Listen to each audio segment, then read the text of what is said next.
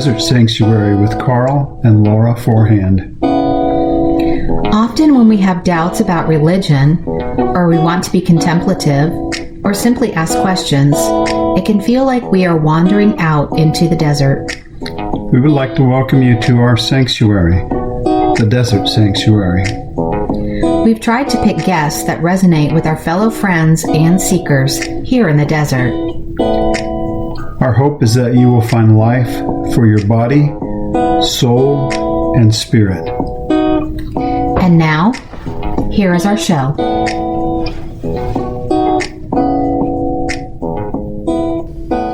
Hi, welcome to the Desert Sanctuary. I'm Laura Forehand. I am here with Karl Forehand, aka Joey, and Jordan, aka JD. And so, yeah, take it away. You said all I had to do was introduce you guys. No, I said you had to carry the conversation. Oh, well, okay. We usually carry all of it. We usually find something to talk about, but we wanted to record. We're just coming off of the stories from the desert. We're going into a series of talking about just various things that we've been like wrestling with and refining and studying, and over time, things like the church and the Bible and doing the work of healing and all that stuff. May even have a section. Anyway, it's mostly me and Mom talking about those things. Me and Laura.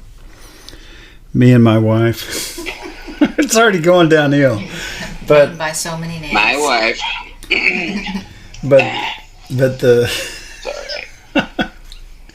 the episode's just going to be us talking about those things we've been talking. We've had 260 episodes, and so some of that stuff's kind of refined in our head and wanted to talk about them again. But today we're talking to our son, JD, also known as Jordan Forehand. His name is also Forehand, or it's something else. It's something else there, though, right? Yeah, it is something else here. It's foo here. Okay. Nice. I think that's cool. So how are things going in Taiwan? They go. It's a busy time. Getting ready for the end of the semester. Been having lots of people ask me to do pictures and stuff. So I did old Ari Boy's wedding on Saturday. That was a nightmare because it was just me. So, but it was still fun. I saw some video. It looked like you were time. getting around and getting some pictures and stuff. But it probably does feel a little. I mean, usually people go with a team, and I asked a bunch of people but they did their wedding on 5/20, which is like a 520 sounds like a little bit like I love you in Mandarin. Oh. So a lot of people get married on that day, and so cool. So it's just me. There was kind of other people there, but they weren't like really being serious about it. They just had cameras, right? So.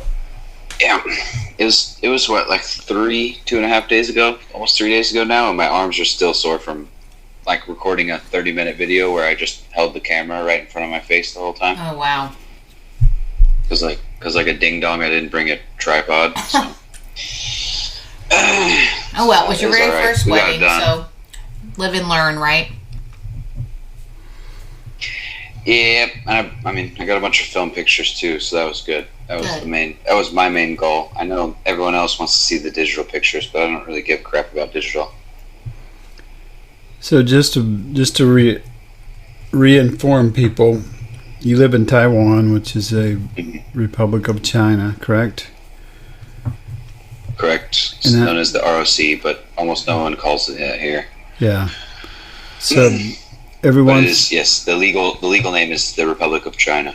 So it's confusing. It's an island. It's a tropical island, and it's numerous islands actually. Yeah, we've been there a couple of times. You have. I've been there once. Yeah. You've been there twice. Yeah. Mom came once, and then COVID, and then all the other stuff. It's we haven't got to see it for a while, but it's it's a relatively cool place to live, right? You got I like it. I mean, monkeys with big teeth and but stuff like that. yeah, nasty, nasty boys out here. Those big old monkeys. But using the word cool is relative because it's cool, but it's really hot. Yeah, it's not cool temperature-wise at all. Yeah, temperature-wise, it's quite hot because I live south. We live south of the Tropic of Cancer, so it's like it wasn't too bad today. It was like 32 degrees for anyone who doesn't live in America, and for people who live in America, it's like basically 90 or so, and with 85, 90, 100% humidity or something. So, and also people don't. I think a lot of Americans, especially, but a lot of people in like North America or Europe, maybe don't realize this, but like when you get closer to the equator, the solar radiation gets way hotter. So like it could be pretty nice in the shade, but once you step into the sun, your like flesh starts cooking. So that's also pretty cool. That sounds yummy. Get a good tan though. Yeah, for sure. Yeah. And I'm weary of this question before I ask it, but That's fine. So Taiwanese people get all that sun. When they get older, do they tend to be more of, show the effects of that radiation, or are they like, black don't crack or whatever, do they survive? I mean, and does their skin naturally survive better? They tend to have a lot of Taiwanese people are an interesting mix of like the indigenous people here are Austronesian, so they tend to have more melanin, but then the people from, because there's people think like when people say Taiwanese people, it's complicated because it's not like there's the indigenous people, which there's like 16 tribes here, so there's a bunch of different tribes. Okay. Then there's also people that came before the ROC government came from China when they fled after they lost. They didn't lose because it didn't end, but they were losing the civil war.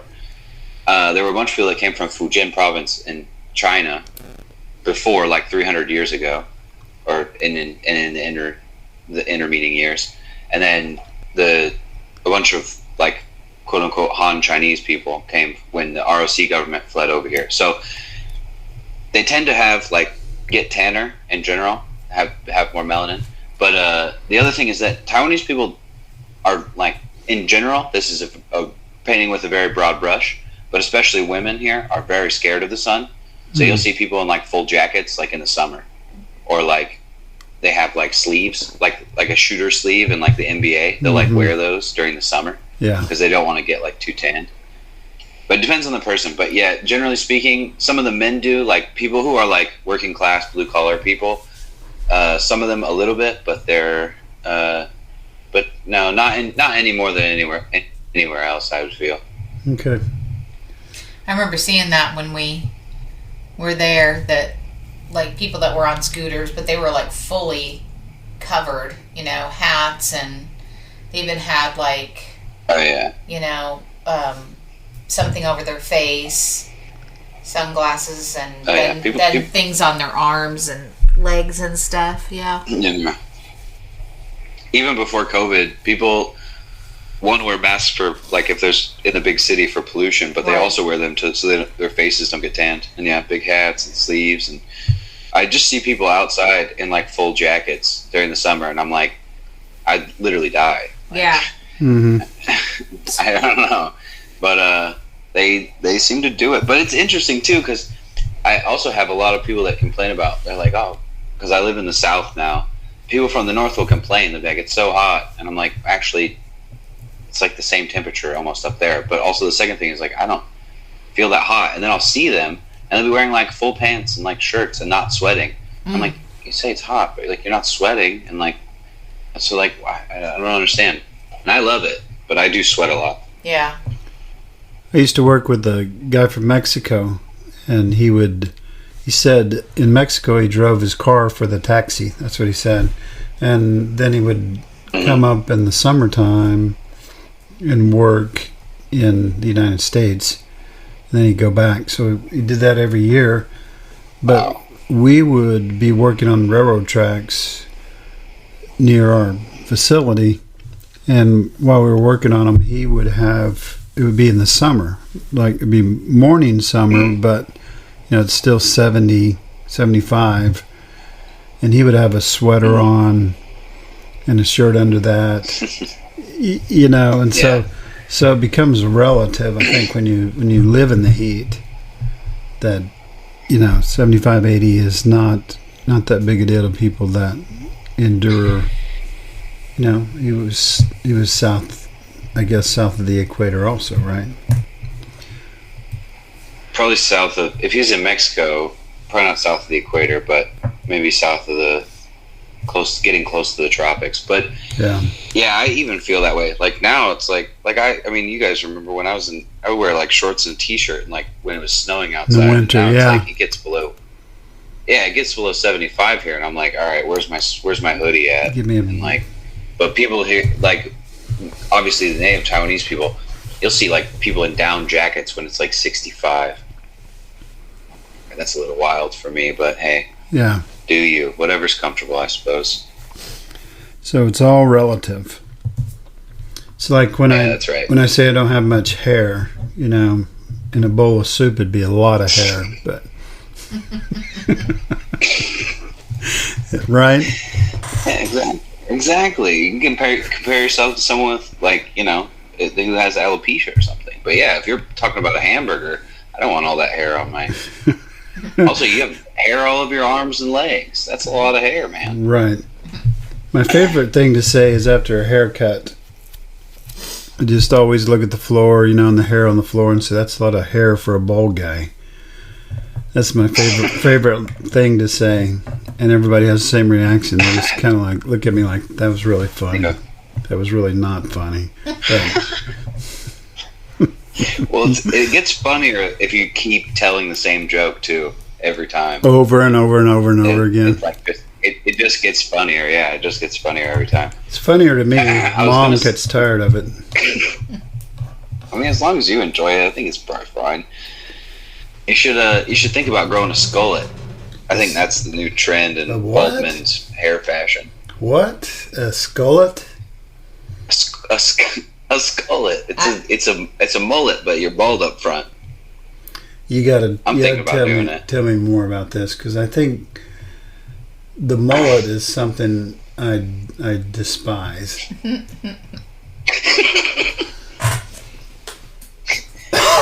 I think a well-groomed mullet is a beautiful thing, and they're making a comeback. So maybe you might be loath to hear, but they are like getting a little popular again.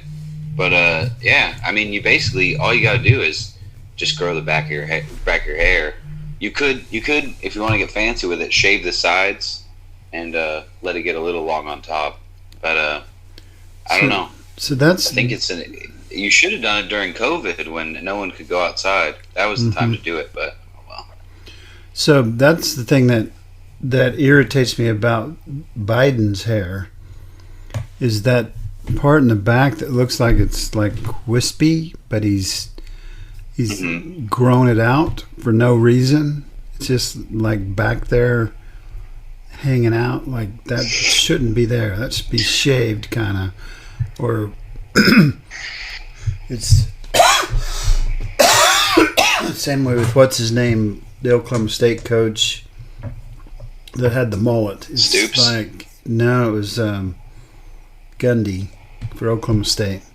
Oh, okay. When he had the mullet for a Oklahoma while. State. It's like that just makes me want to punch you or something. So angry. I think you gotta get used to it, because I do think it's gonna be people in your proximity that are trying to grow them out. Now they're gonna feel scared around you because they feel like you're gonna get violent over their haircut. But I mean, well, Biden's is an interesting. His hair is an interesting beast, as with this whole head, because I don't have the receipts on this, but I think he's had a lot of plastic surgery, so he might have sewn numerous parts of his scalp together, so he might be trying to keep cover something up. But yeah. That's just my speculation. Don't that's nothing to take to the bank. But I gotta say, his skin looks quite tight for an 80-year-old man. And I have to say, with a skullet or a mullet, I have the same question for both. The question is, why? Why would you do that? You like to keep it. You like to keep it a little professional, but you also like to party. You know? Business like in front, party in the back. Loose. Yeah, I think that's dumb too. So judgy. We'll see. We'll see when I grow my skullet out what you think. You can't hate your son, so we'll see. No. I've always liked your hairdos. Have you? Well, have you, Father? This sounds like a bit of revisionist history that we're going through right exactly. now. Well, I don't think you liked when I had long hair. You eventually, I think you grew to love it, but I think you didn't like it at the time. I think I was overly concerned with what other people might think. Just like with your droopy drawers. I didn't care. The droopy drawers, you know, kind of. Oh, yeah. I commented on that too much. So when I saw skinny jeans were not the best choice, but I did have droopy drawers. But I don't know. There's just a comfortable way to wear my pants. Yeah. I have the same problem now because I'm older and have a belly, and my pants start to kind of droop, and Mom has to pull them up now. So there's some kind of justice in there somewhere. That's true. Poetic justice in the droopy drawers of you. Yeah. You should get some suspenders. I think that's a good solution. Oh, I don't know. That sounds Speaking like of quitting to fashion me. choices. That sounds like giving up. Yeah, then you can't make Mom pull your pants up all the time, I guess. But Yeah. Or wear a belt or something. It's just the ongoing could wear a saga belt. of being married to me. I hate wearing belts. I prefer to wear suspenders over a belt, though. Yeah, I get why you say that, because the belt, if you get chubby at all, it kind of rubs on you the wrong way, right? I mean, even if you just eat too much over the day, you're eating and stuff. You're just expanding. Mm-hmm. So it's just you gotta change it and you gotta loosen it. You gotta take it off every time you go to the bathroom. It's just not about it. It seems like we I would. don't like belts. Seems like we should have done better by now. You know what I mean? Like these pants, you know, that we designed a few hundred years ago or whatever. Whenever we did, they haven't kept up with technology and society. You know what I mean? Because like we have a supercomputer in our hand that does email and communication and social media and all these things we could have never imagined, and yet I still struggle to keep my pants up.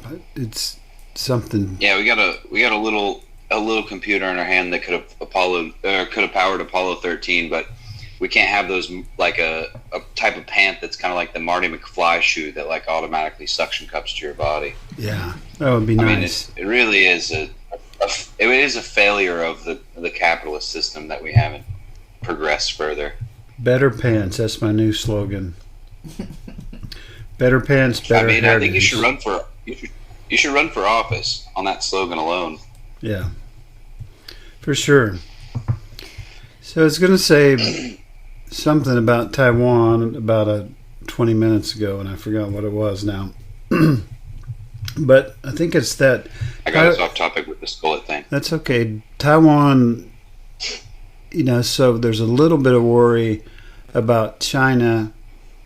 You know, China flexes every once in a while. It scares Mom because she's worried about you. But you've kind of said, well, it's not that bad or whatever. And so maybe that's just to keep us, you know, calm. But I think about the same thing when I think about the United States. So some people are really worried that China is going to take over the United States. And my thought is always like, okay, well, what if they did? I mean, what would they do day 2? You know what I mean? How are you gonna, like the county we live in is a few thousand people, right? And statistically, that means there's a few 0.2 amount of guns, you know, a few thousand 0.2 amount of guns. There's 1.2 guns for every person in society, and probably disproportionately so for our area, where people might have 2 gun safes full of guns, right? And they live kind of out in the country. They live remotely where they're spread out a little bit.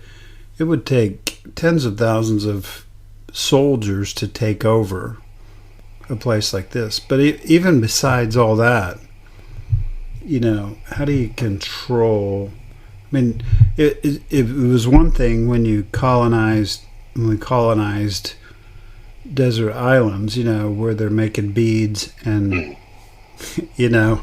have spears, and they colonized that and took over, and just, if they didn't comply, they killed half of them, enslaved them. Yeah, and had diseases that none of them had any immunities for, so they basically showed up and wiped out half the population immediately. Yeah. Right. And so, but it's different now. Russia couldn't take over an unarmed country, right? And we feared Russia for decades, and they seriously didn't even come close to taking over an unarmed country, right? And a lot of that is because people helped them out, but they were also just real determined, and you just can't go in and take over anymore. It's not the same, How do you feel about that? No, anyone that's worried about any country taking over America has lost their mind. I mean, I would be much more worried about America being used by another country because of we're too focused on capitalist gains that we go along with. And I'm not talking about someone colonizing us. It's just not going to happen. Let's be not in the next couple hundred years anyway. There's just no way. America's still the top superpower by a long shot. We can be. I mean, China is something to worry about because, and again, I would also argue people get worried about the communism thing. Well, I would argue China's not really a communist country, at least not in a lot of ways. They have some socialist tendencies, but so does half of Europe. But what I would worry about is the authoritarianism, and I think probably we should stop working with a lot of these authoritarian countries until they decide to toe the line on things like democracy. But that goes to things like Saudi Arabia that we work with constantly and buy their oil all the time, even though they literally murder journalists on tape like Jamal Khashoggi. But we kind of forgot about that one. Joe Biden said he was going to do something about it. He kind of seemed to forget about it when he went and bent the knee in front of the Saudis.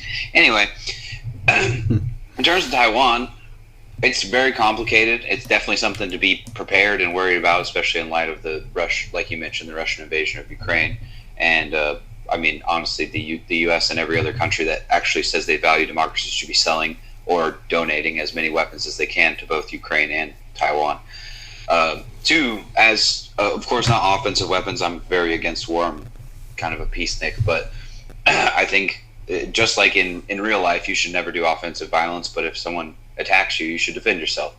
But yeah, in terms of all that, I think it's preposterous. I think your point is also right that people will be like, and I think I understand when people make this point, and I've made this point before in certain arguments, is that people will be like, well, I'm going to keep my gun. If the U.S. government wants to take it, they can come take it or whatever. That kind of lizard brain reaction to gun reform and things like that, which isn't happening. Again, no one's coming to take your guns, except for Beto O'Rourke, who can't win an election in Texas. So you don't have to worry about it. No one in the government wants to take your guns. Right. But there is an argument to say, yeah, well, guess what? They'll just drone strike your house. But there's also a point to asymmetric warfare is a real thing. You can look at the U.S. invasion of Afghanistan. We fought there for 20 years. We didn't accomplish much because when you have a bunch of people with AR-15s or AK-47s or these small arms running around and hiding inside of normal population structures, you're not going to be able to just take everyone out. I mean, you could theoretically just literally systematically murder everyone, but I don't think anyone's brave enough to do that because you're going to have blowback from the rest of the world. Right. You just can't do it. But yeah, I just think it's preposterous. I think a lot of people are just scared because either they want to be scared or because they listen to propaganda from people who just want to fearmonger so they can make money.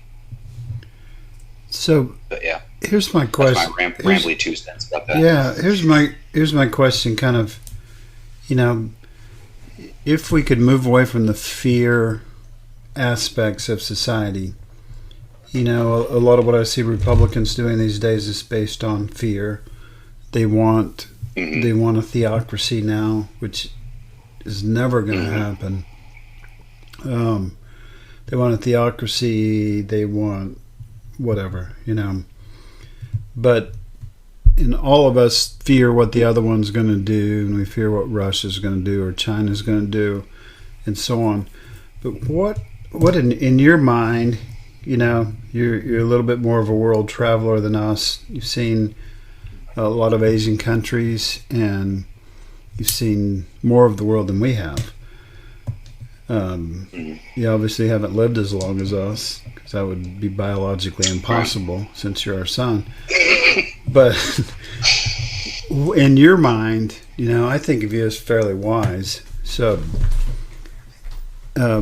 what are the things as human beings, as humans, should we focus on that's going to help us move forward? I know that's a big question. I didn't prepare you for it, but what matters? You know, and you know, not to say that none of that other stuff matters, but much of it we can't control. What are the things we should be focusing on? What should I maybe be a little concerned about, or maybe just if I would focus on these other things, maybe that would make everything better. What do you think? I think it's fine to be concerned about things that are like, I mean, again, not to harken too much on this issue, but like the point of the Ukraine, some people were flippant about it and said, no, Russia will never invade Ukraine. It upsets the world order and it's against global norms and blah, blah, blah. Well, it happens. I mean, especially in our current society, we live in relatively peaceful society for most parts of the world, especially parts of the world that are English speaking, you know, European and American, North American. Largely, we live in a time of quite relative peace. I mean, if you go back just a couple hundred years, it was literally chaos. Every few years, there was a massive war that half the world was involved in. I mean, you could go back 100 years, back to World War II. So it's something to be, I wouldn't say worried about, but it's something to be cognizant of. But I think the more important thing to focus on, and I'm going to say a bunch of like cliches and trite points real quick, and then I'll try to say more actually poignant things. But I think the big things that I focus on is just treating everyone as human, like not demonizing people.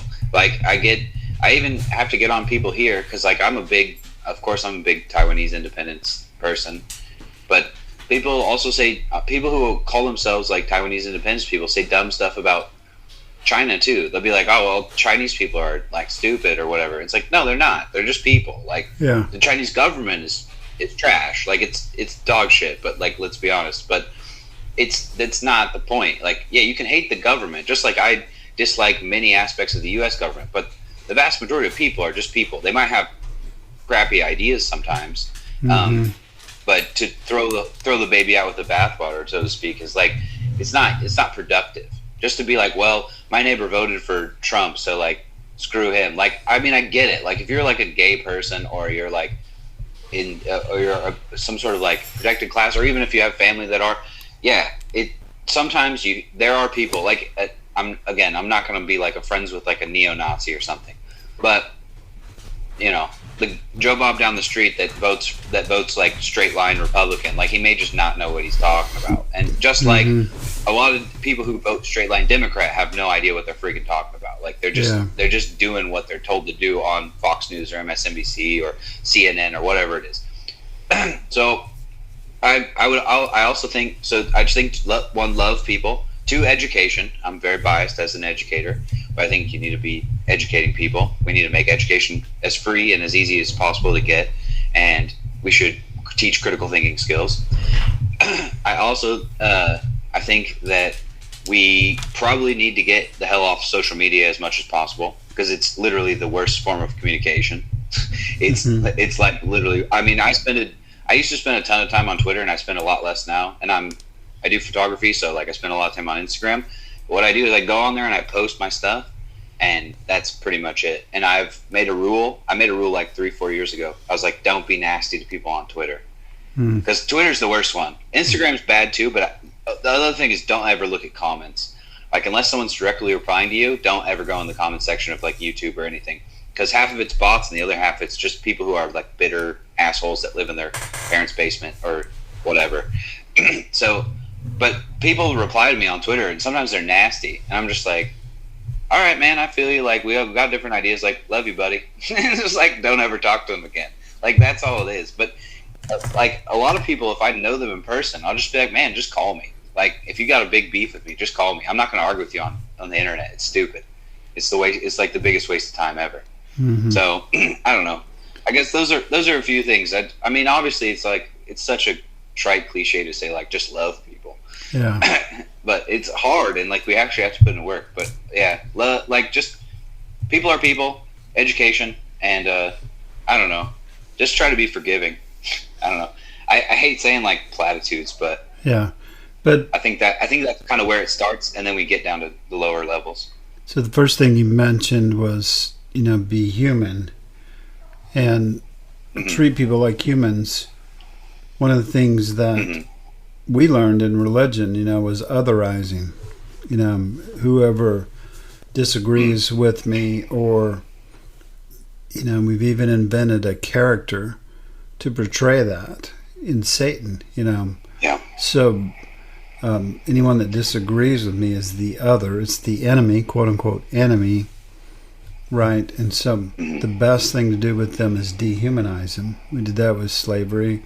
Did it with the Indians, Native Americans, when we called them savages, and now we just do it with whoever we disagree with.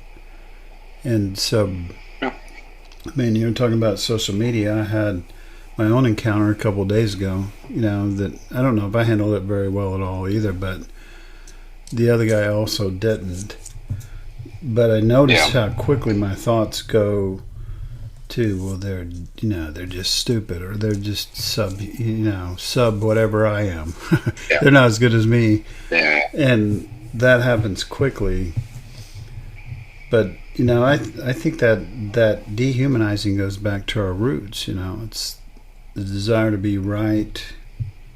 Maybe it has something to do with our survival, Absolutely. Gotta have some strong emotions, about a bear attacking you to do anything about it, And so you, or even an opposite tribe. That's a person I don't know. They might want to steal my resources. Like we literally have the same basic brain structure that people 10,000 years ago had when we were living in caves. Like we are not built to interact with like hundreds, if not thousands of people every day on the internet. That's why you see so many celebrities. You see so many people that are like social media influencers and stuff, like go crazy. Because your brain is not built to do any of that. Yeah. You have to not. Like we can use social media, and social media I think is a good tool, but it's also one of like the worst things for human brains if you get sucked into it. Like you just have to like shut it off, because it's literally like the mix of like tribalism and a drug. Because they like now with all like the TikTok and the YouTube shorts and stuff, you just get addicted and you just keep swiping, and they'll just send you stuff that'll make you mad, because that'll keep you watching, and that fuels the tribalism. Yeah. So some people talk about the brain in 3 parts. Like Mike, the science guy, says it's like a burrito. There's three things to it. Mom studies the brain quite a bit with their whole brain teaching and so on. But I like the thing about the upstairs downstairs brain.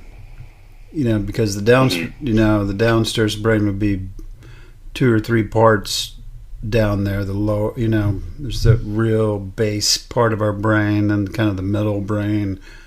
But I like that downstairs brain because most of the time in those social media things, in that otherizing, we're just stuck on our lower downstairs brain. We're not using our reasoning and our we're not thinking. Our executive functioning. Executive function, processing and stuff like that. And absolutely, because it's the most base form. I mean, in Twitter, like Twitter especially, I think Twitter is one of the worst ones because it's literally designed to do that. Because it's short. I mean, they're changing it and whatever now, but it's like limited to like 240 characters. Originally, it was 140, 144, or whatever it was. Like, it's meant for you to misunderstand things, to have to write things too short little blurbs, and then and because the messages or the videos or whatever you're looking at is coming so quickly, you don't have time to sit down like you do with a book, read it, take it in, make some notes. Okay, well, I agree with this. This is a good point, actually. This I kind of disagree with, but like I see where they're coming from. No, it's this, and it's dopamine or it's aggression, and your lizard brain is just like, oh, this, or especially when people reply to you directly because there's so much direct interaction. It's just like, oh, this person's attacking me. I have to attack back, fight or flight, like. And yeah, absolutely. I think that's exactly what it is. There's no actual thinking involved. It's reactive. It's reactionary. Yeah, and I like to be benefit of the doubt. So I do notice something going on out there in the interviews we conduct, and I noticed this when Mom's being interviewed. People now are starting to say, and this changes a lot, is they'll say, "Well, for me, this is." This is how I interpret that. It changes it from, this is what I imagine, and if you don't agree, you're stupid. It's what how I've decided to live my life, how I've decided to process things is this, and it's okay if you disagree, I'll just unfriend you. Yeah. No, not really. But it's, it's kind of like, I think that helps a lot. Just to, we used to say, what I hear you saying is this. Well, I see it differently. Mm-hmm. Real hard to do in the heat of the moment. But if we can, someone suggested the use of a pause. When we're triggered, or when we're in the middle of a conversation, just the pause long enough to get our upstairs brain back in charge, right? Mm-hmm. Yeah. And it's time to take breaks. And I think the other thing is, like, I try to tell myself all the time, like, I used to have really trashy views. Like, I used to think really stupid stuff. I used to say horrible things in, like, high school and stuff. Mm-hmm. And it's just like I wasn't thinking. Some of it was trying to get a reaction. Some of it was parroting things that I had heard on the internet or on Fox News or whatever was going on. Like, so people will change it does no good to berate people in general. I mean, there are scummy people. Like, there are the worst of the worst, but most people are not that. There are people that deserve to be ostracized from society, but I would say it's a fraction of a percent probably. Most people are just trying to get by. They just want to live their lives, and they might pick up a few bad ideas here and there. And probably what will be better in general, and again, it's a very complicated issue, and I'm simplifying it a lot. But I think in a lot of ways, you probably do a lot better just being like, yeah, man, I don't agree, but like, let's keep talking about this. And yeah, I agree with the break thing. Like, there are times when I'm arguing with people who I agree with 99% on, and I'm like, all right, we're getting too fired up. Like, let's just chill out here. Let me think about this. You give me some sources that you want me to read. I'll give you some. We'll go look at these, and then we'll come back and we'll talk about it again when we're a little cooled out. I think that sort of stuff is going to be so much more beneficial than just cutting people off and stuff like that. I changed my mind on this. I used to be very in favor of cutting people off. But and I think it of course, if it's detrimental to you and you feel like it's really hurting you, you should. But in a lot of ways, I think sometimes you gotta just take a break. But you shouldn't just cut people off, because people can change. They have capacity. They don't always, but and if we really want to make the world better, I think in a lot of ways it's going to take that kind of work. Yeah. We can all cut ourselves into tribes and be like, no, I'm never talking to that person again because they upset me, or they said something that I think is offensive. And it may have been. Like, people say offensive shit all the time. Right. But I don't know. I've said offensive shit before. It really has more to do with them than it has to do with you. You know, they're responding to their own trauma and their own things. I wanted to go back to education. You mentioned education.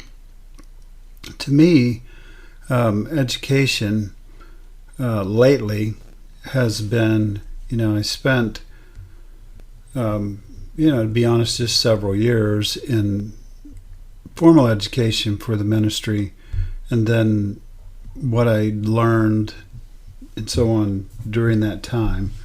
To me, education now is just being open to everything and looking for, what I see as quote unquote the universe trying to teach me or whatever, but being open to all that, because I think what we do with any kind of education, even spiritual education, is we say, okay, like we're in a class right now, we're learning about earth medicine, inner medicine, so on. And the temptation is to say, okay, this is it. This is what's going to work for us. This is what we need to know, and latching onto that. Almost making it another type of religion. Yeah, and when you do that, when you have a creed or a belief system or hey, this is the 10 steps, and now you need to do the 10 steps, and then you start recruiting people. But the other thing you do besides recruiting people is you also stop thinking and you start defending. You don't learn anything new, and you start defending what you already know or what you think you know. Can you relate that? You figured it out. Yeah, because it's, this, and it's at least somewhat worked for me, so it ought to be the solution for everybody. But I found when I open up and start to learn about all different kinds of things, that I pull bits and pieces from things that help, and it's not just selective. Well, this is easy, or this. Some of it's really hard. But when you're open to that, you find more of the recipes for the soup instead of the soup. Does that make sense? And is that? I mean, I know you're talking about, the public education, the education of children, and so on should be free and easy, is what you said. But there's all kinds of education, and what else do you want to say about that?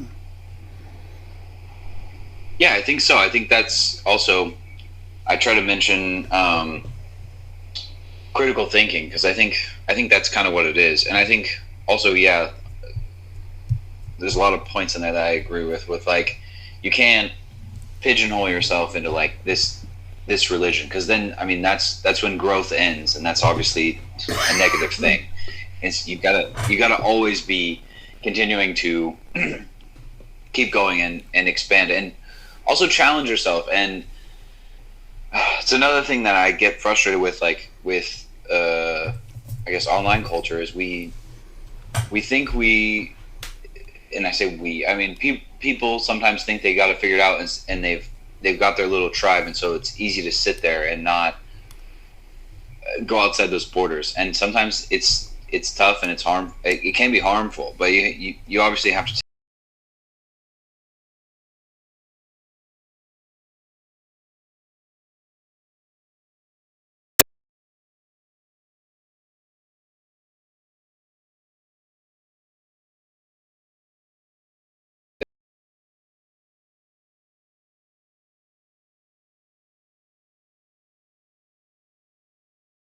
but now I don't think so, from the evidence that I've seen and stuff like that.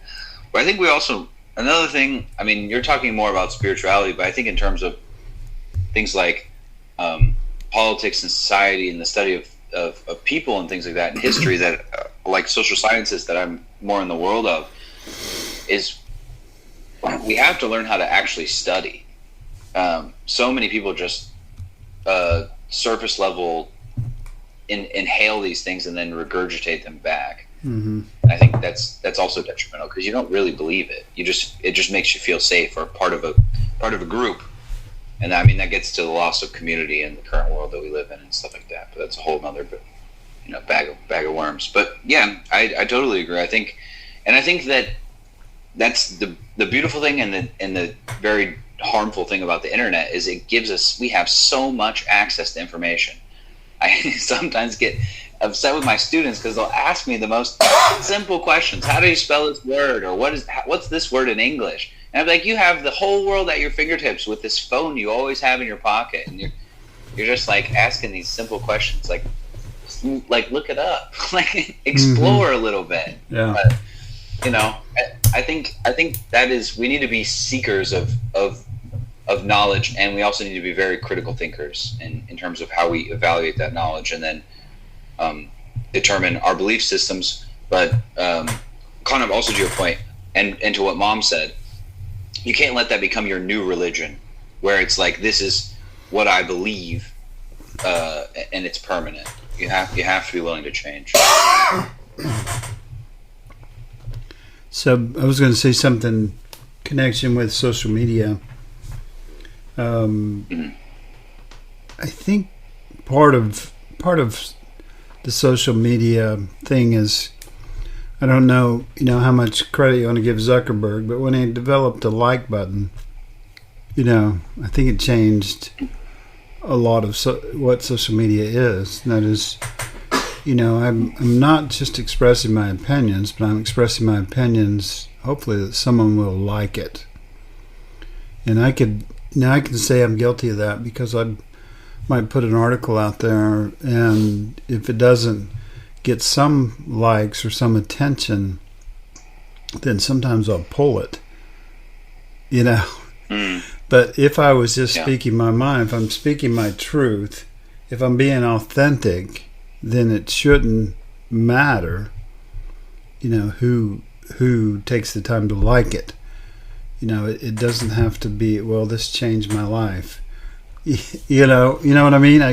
As a writer, I kind of fight those battles of, well, I want to write things that people relate to, that people resonate with, and I want it to have an impact on their life like it has on mine.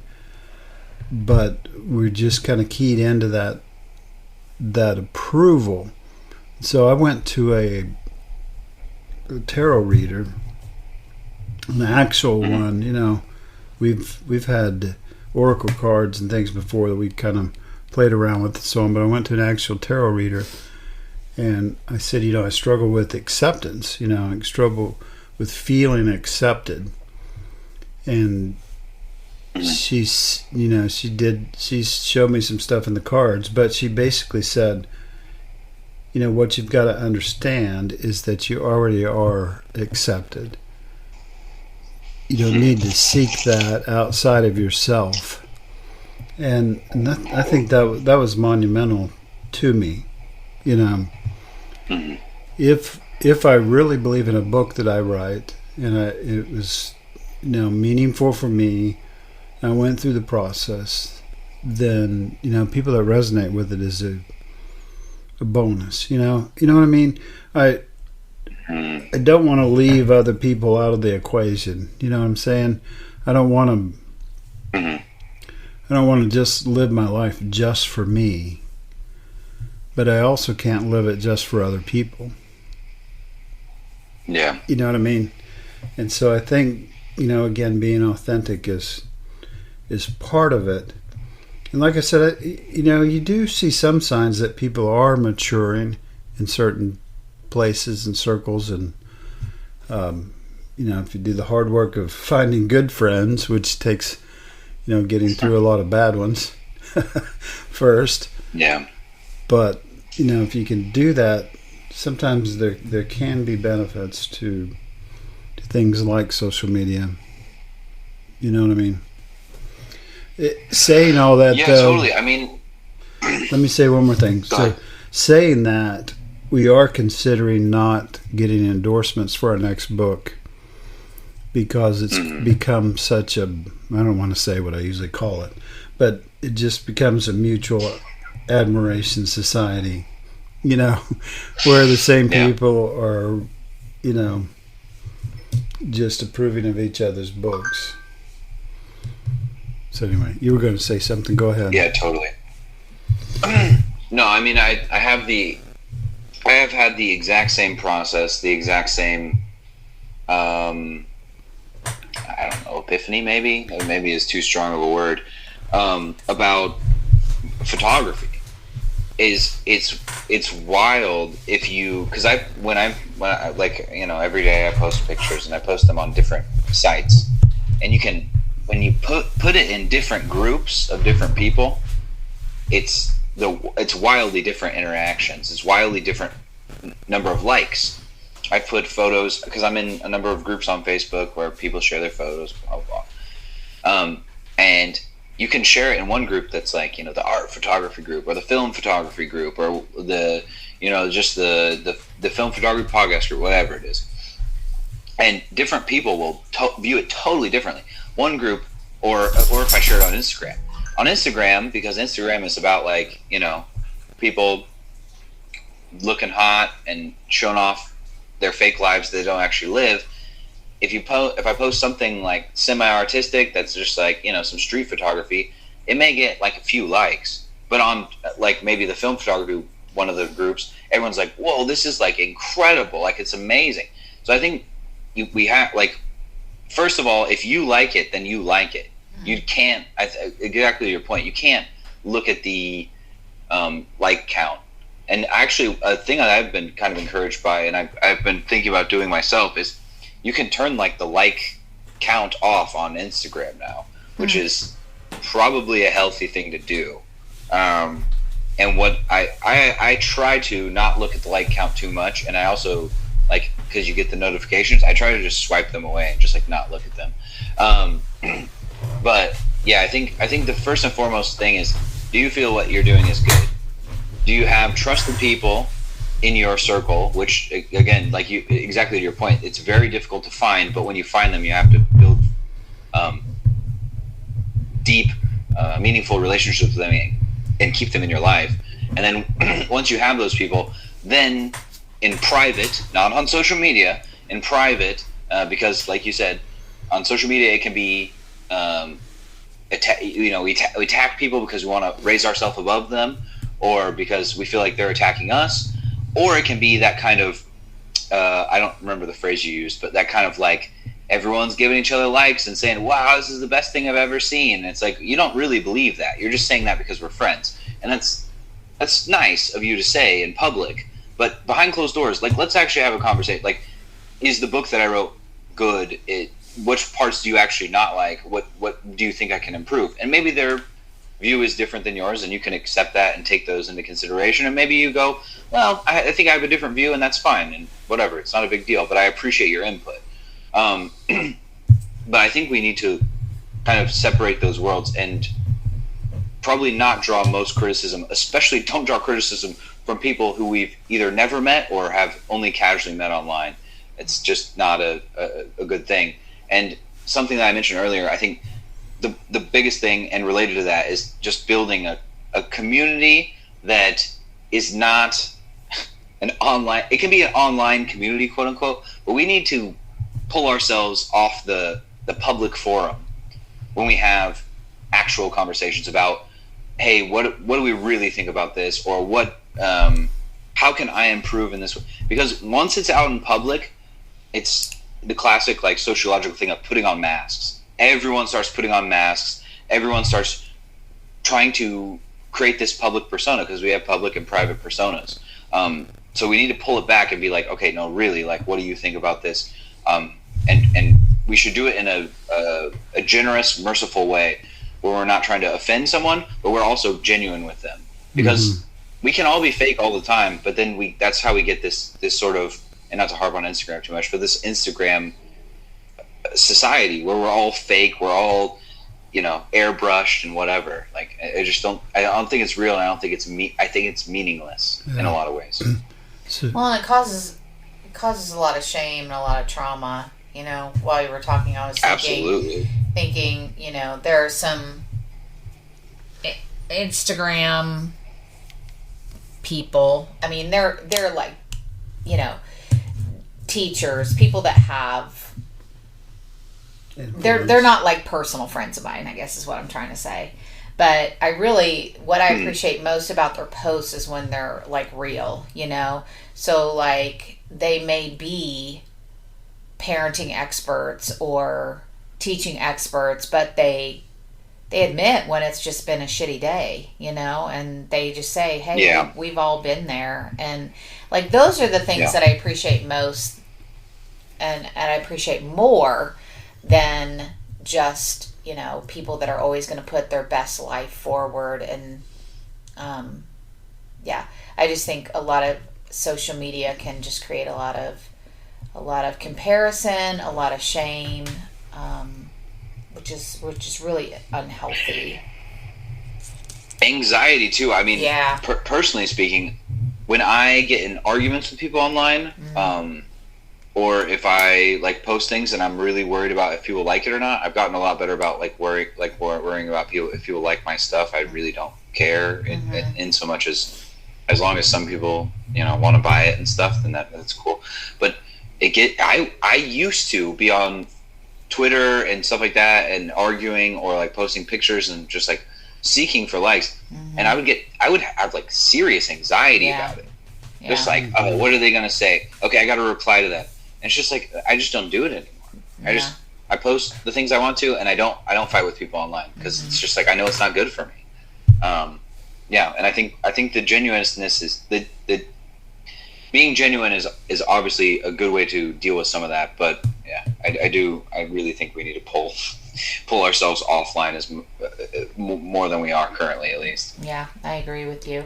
One thing I was gonna say is, I mean, it was a couple years ago now, maybe, I don't know, maybe ever since I worked at my current school, I just decided as a personal boundary for myself, like I don't become Facebook friends or an Instagram follower of people, like of my students' parents, because like if you have an issue, and this happens a lot, parents will have an issue with their teacher and they'll just blast it all over their social media instead of like what you're talking about, just going, giving them a phone call and just going, hey, so and so, my child came home today and they were really upset about this. Can you help me understand this? Or because everybody, like you said, everybody has their side of the story. So if something happens between me and a student, they have their side of it. I have my side of it. The parent's only hearing the child's side of it.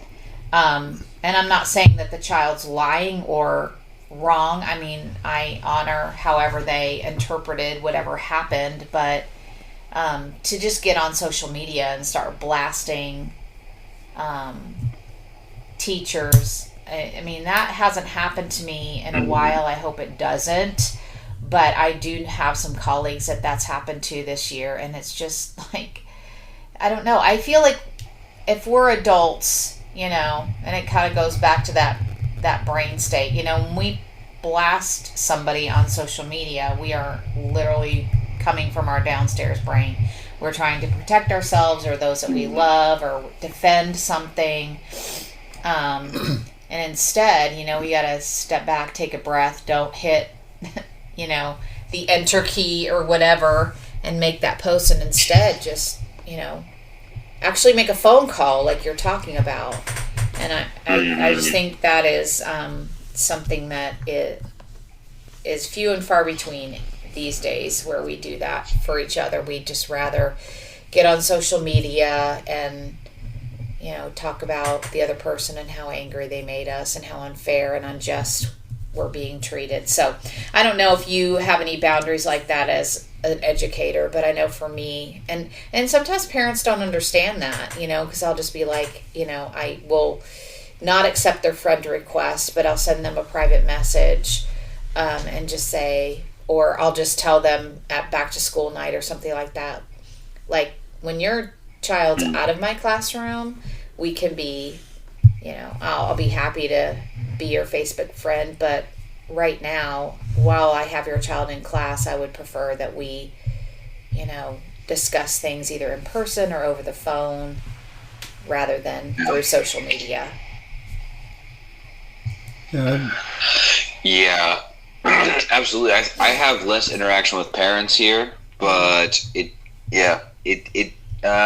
it has happened before, and I tend to be the same way. Mm-hmm. Is I'm same thing, of course, with the students. I'm like, Yeah. no, you can't.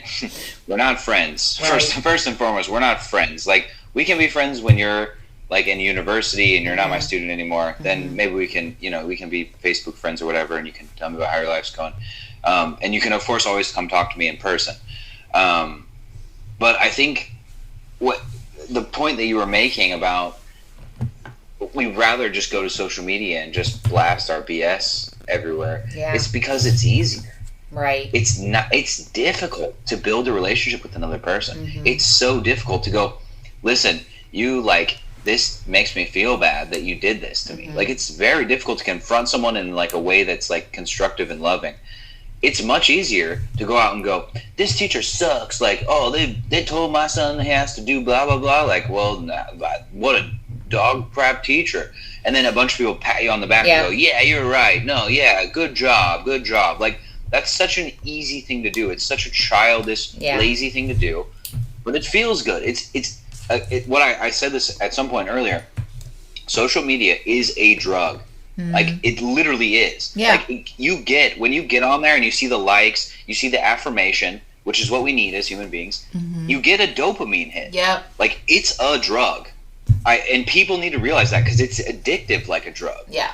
So we have to be careful, because you get caught up in that stuff, and that's when people get into like weird stuff on the internet and start doing all kinds of stuff that they would never do or they would never say, and stuff that can end up doing real damage to their mental health or their livelihood or whatever it is, just because they're seeking that rush. I think, again, it goes back to being real and just sitting back and having real relationships with people. I think is super important. Yeah, I agree. So I want to say something about social media. There, and this is kind of a counterpoint a little bit. There, some good to social media might be a couple of things that I wrote down. First of all, in terms of gatekeepers, there's no longer any gatekeepers of information.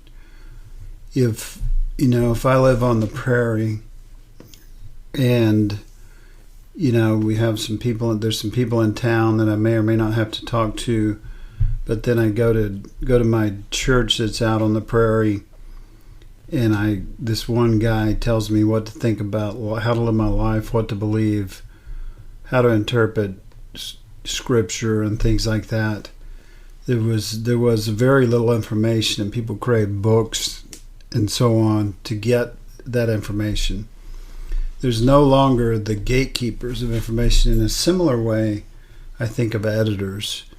So when I edited my last book, I had to put it out there, and then an editor comes in and says, well, this doesn't quite work. And people do that online. They'll say, well, I see your point, but this doesn't make sense, and you're not a woman, so you don't understand this, so consider this part. So they edit it. They edit my opinion. And I think those two things can be good, right? But the trouble is, like, my last book had about 5,000 changes. We broke Google Docs. Yeah. Trying to get all those comments and changes and communicate that between us. But then my editor was talking highly about the book in the launch meeting. So it's really, the things that are good, sometimes we just get, it's like we're drinking out of a fire hose. It's not bad that when I put something on social media that someone edits it, that someone checks me.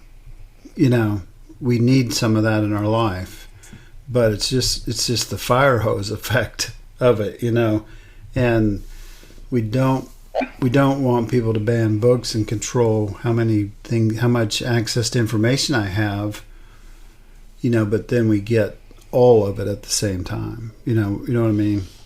Yeah. Does that make sense? Absolutely. I think I don't want this to be a thing that I'm saying like we should ban social media, we should make it illegal, because I don't think we should. I think there are things like, you look at social movements that happen, and there's issue with issues with having social movements that are online because sometimes they die out just as quickly as they're formed. But you look at things like the Black Lives Matter protests. There's been a number of protests, like honestly, all over the world. You look at some of the sharing of information from like the protests in Iran last year or early this year that people probably would have never heard about if it wasn't on Twitter. And that stuff is important. But this kind of goes to the social media / 24-hour news network brain, is that most people have largely forgot about these things, which is, I think, a problem. But yes, I agree that those things can be good, and it is good to have editors. I do still think that those things, especially those critiques, should happen in private. They can happen on social media, but in like DMs, private messages. Because if you're editing people out, where for some people it can work. For a lot of people, they're gonna porcupine up. They're gonna go, no. Like you're attacked. Like I feel personally attacked as opposed to you're attacking my work. And I think another part, like you said, with the perhaps I don't know, the over editing of your book, is that you also have to trust your own self sometimes, and you have to take the criticism and view it and say, do I agree with this? Okay, yeah, I agree with these parts, but I don't agree with these parts, and I'm going to keep this stuff. Because I have that stuff with photography. I'll get two exact opposite suggestions. Someone will say, oh, you need to crop this part out of the picture. And someone will say, you need to crop the exact opposite corner out. And some people will say, you need to leave the whole thing, because the whole thing is like a beautiful picture all in all, if you leave any element of it out. And so it comes down to me, okay, what do I actually think, and what will make me happy? Back to your point 2 or 3 exchanges ago, where it's like, you do have to, if you're making something, especially for like art's sake, whether it's a novel or music or photography or whatever it is, painting, you have to make sure that you are satisfied with it first. And you should take some criticism from that, but you shouldn't only rely on other people's opinions to dictate where you move with those things. Yeah. So you mentioned before, and when I talk about parenting, I always say we taught them to think for themselves. And then I think, well, did we really? Or I don't know how I did that. Or mom will say. I say that a lot. Mom says, I don't remember that.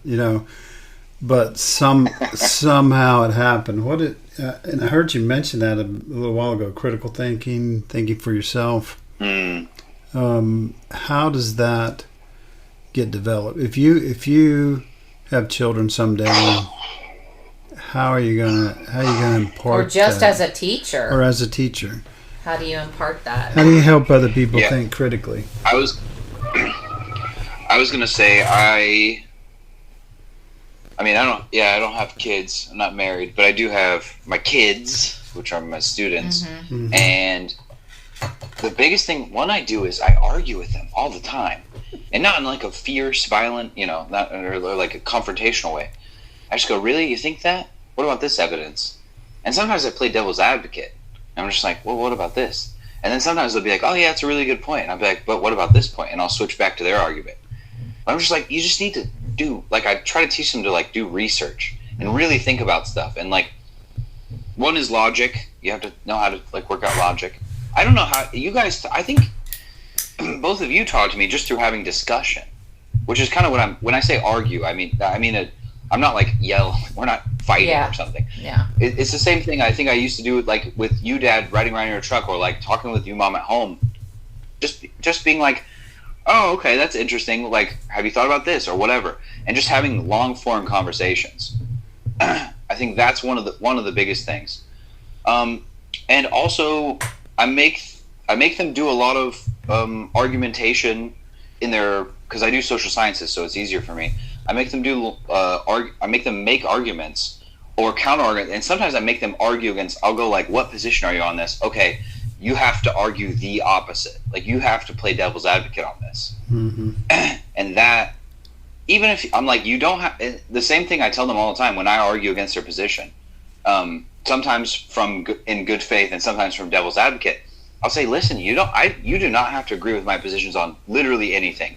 I have students that are like the exact opposite political views as me, most of it's regurgitated from their parents. I mean, they're young kids. They're in junior high school. I was doing the exact same thing. That's fine.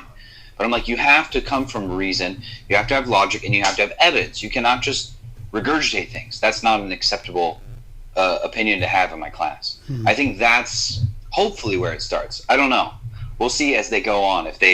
I've seen some students really develop critical thinking skills, but I think it is a lifetime endeavor, because I mean, I've changed my opinions on certain things so many times that it's not even funny. But yeah, I think you just have to keep thinking.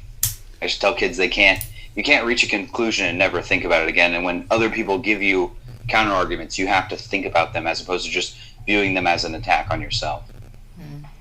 One of the things that I tell people that you taught me was when you said, well, you might want to consider.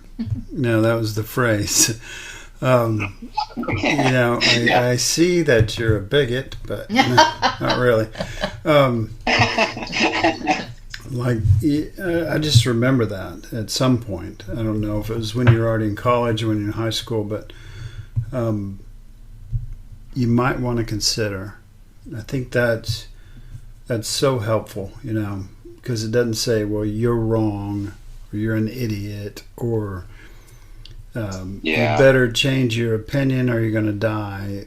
That's what it comes down to most of the time, is just this arguing that if we don't win, then we're going to die in some way, or the world's going down the tubes or something. But I mean, it's not that there isn't serious issues, but it starts, you changing your mind, coming to a good conclusion is sometimes just, well, you might want to consider this, right?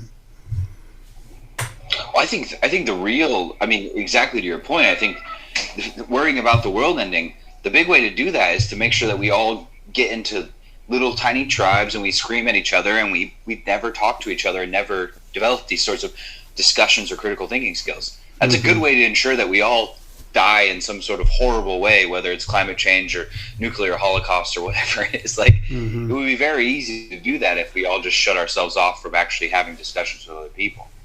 But I was actually, you said it, but I was going to say the exact same thing, is we also have to get away from ad hominems. It's so easy to just be like, well, you're a friggin' idiot. You're dumb. If you think that, you're an idiot. But it's like, I don't know. I've had to think about some of the really dumb, really idiotic things that I've said in the past and go, well, I used to think really stupid things too. So I can understand why someone from whatever, insert situation, cultural whatever background is thinking this way. So I think it comes down to understanding and also not attacking people, because I think that's another reason why I don't like social media, because you get points again, and you get the dopamine rush from attacking people. If the more vicious you are in a lot of circles on social media, the more likes and whoa, that's so funny, that you get, and it's horrible. It's bad for people. And don't get me wrong, it's fun to roast your friends. My good friends and I, we're not on social media, but we go to if we're sitting around having a beer or something, we'll roast the hell out of each other. But we all know that it's fine, and if someone gets offended, then we can talk to each other in private. But doing it in a public place, again, the masks come on, and et cetera, et cetera. Yeah. Sounds good. All right, I think we successfully solved all the problems of the world for today. I feel like we always do. Ari and I seem to have the same thing whenever we record. It's just we fix it all, and then tomorrow there'll be someone will mess it up again because all these idiots out there. Just kidding.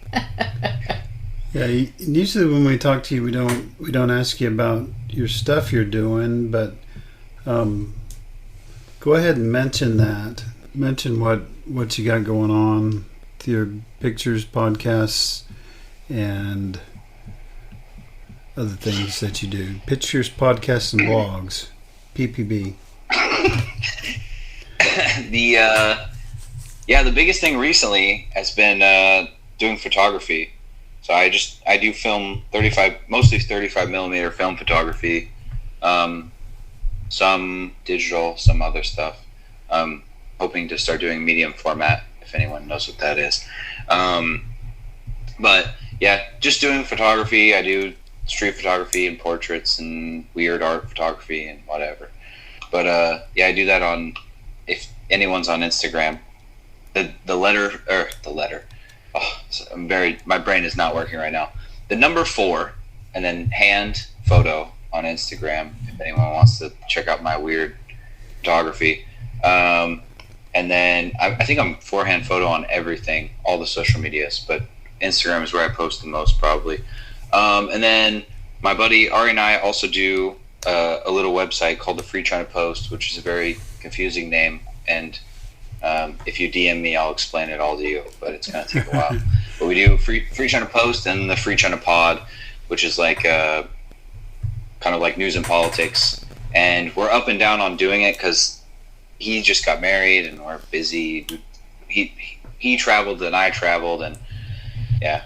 So being in India, I didn't have a lot of time to write, but we periodically update it and do opinion and breaking news and all kinds of stuff. So yeah, you can follow us on all the social medias at that too. Free China Post on all the social medias, and then Free China Pod on podcast services around the globe.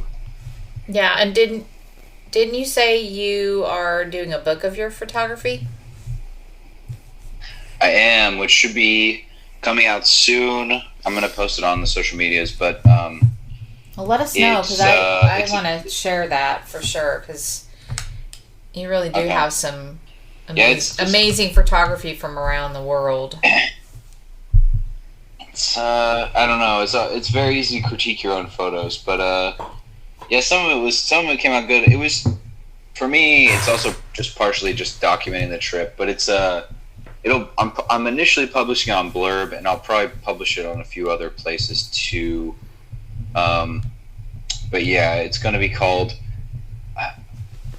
Excuse me.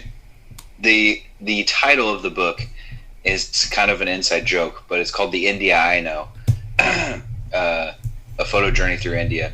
But it's because anyway, I kind of explain it in the book, but my friends and I, a bunch of us have been to India, but we've gone at different times. Mm-hmm. And Ari sometimes would be like, "Well, that's not the India I know." And I'm like, "Well, the India I know is like this." We'll just give each other a hard time. But yeah, it's just a bunch of photos and then like a couple of like excerpts. I wrote like little, I don't know, I wrote probably a couple hundred words, a couple thousand words maybe. I don't have an exact word count, but just kind of like the thoughts and experience I had. I say up front, like, I'm not an expert on India. I spent 2 weeks there, and I don't speak any of the like tons and tons of like dozens of languages that they speak there.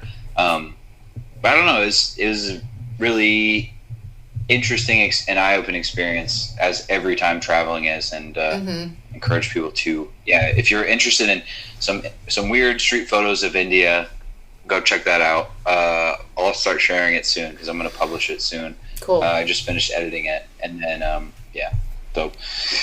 But yeah, also travel. I encourage people to travel if you can. I know it's difficult. Like, I can't travel right now because it's too expensive. But if you get a chance to travel because I think traveling is another way to boost your critical thinking. Yeah.